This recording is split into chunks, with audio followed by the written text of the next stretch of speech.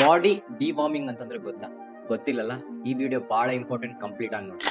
ನಾವೆಲ್ಲರೂ ಹೊರಗಡೆ ಊಟ ಮಾಡ್ತಿರ್ತೀವಿ, ಅದು ವೆಜ್ ಆಗಿರ್ಲಿ, ನಾನ್ ವೆಜ್ ಆಗಿರ್ಲಿ, ಜಂಕ್ ಫುಡ್ಸ್ ಆಗಿರ್ಲಿ, ಇದ್ರಲ್ಲೆಲ್ಲ ಜಂತುಳುಗಳು ಇರ್ತಾವ ಅಂತ ಹೇಳಿ ನಮ್ಗೆಲ್ಲರಿಗೂ ಗೊತ್ತಿರುತ್ತೆ. ಬಟ್ ನಮ್ಮ ಮಧ್ಯೆ ಒಂದು ದೊಡ್ಡ ಮಿತ್ ಅಂತಂದ್ರೆ ಇದು ಬರೀ ಚಿಕ್ಕ ಮಕ್ಕಳಿಗೆ ಮಾತ್ರ ಪ್ರಾಬ್ಲಮ್ ಆಗುತ್ತೆ, ದೊಡ್ಡವರಿಗೆ ಏನು ಇಶ್ಯೂ ಇಲ್ಲ ಅಂತ ನಾವು ಅನ್ಕೊಳ್ತೀವಿ. ಬಾಡಿ ಡಿವಾರ್ಮಿಂಗ್ ಇದೊಂದು ಸಿಂಪಲ್ ಪ್ರೋಸೆಸ್. ಪ್ರತಿ 6 ತಿಂಗಳಿಗೊಮ್ಮೆ ನಮ್ಮ ಬಾಡಿನ ಡಿವಾರ್ಮಿಂಗ್ ಮಾಡಬೇಕು. ಯಾಕೆ ಈ ಪಾಯಿಂಟ್ ಹೇಳ್ತಾ ಇದೀನಿ ಅಂತಂದ್ರೆ, ನಾವು ತಿನ್ನಂತ ಫುಡ್ ಅಲ್ಲಿ ಯಾವಾಗಾದ್ರೂ ಈ ಜಂತುಳುಗಳು ಇರ್ಬೋದು. ಸೊ ಅವು ಗ್ರೋತ್ ಆಗ್ಬೇಕಂತಂದ್ರೆ ಬಹಳ ಟೈಮ್ ತಗೊಳುತ್ತೆ. ಸೊ 6 ಮಂತ್ಸಿಗೊಮ್ಮೆ ನಾವು ಆಲ್ಬೆಂಡಜಾಲ್, ಏನ್ ಹೇಳಿ, ಆಲ್ಬೆಂಡಜಾಲ್, ಇದು ಬರೀ 10 ರೂಪಿ ಟ್ಯಾಬ್ಲೆಟ್.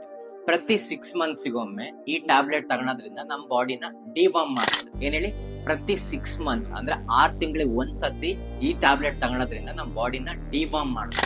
ಈ ಟ್ಯಾಬ್ಲೆಟ್ ಯಾರೆಲ್ಲ ತಗೋಬೇಕಂತಂದ್ರೆ 18 ವರ್ಷ ಮೇಲ್ಪಟ್ಟಿರೋಂಥ ಗಂಡ್ ಮಕ್ಳಾಗ್ಲಿ ಹೆಣ್ಮಕ್ಳಾಗ್ಲಿ ತಗೋಬಹುದು.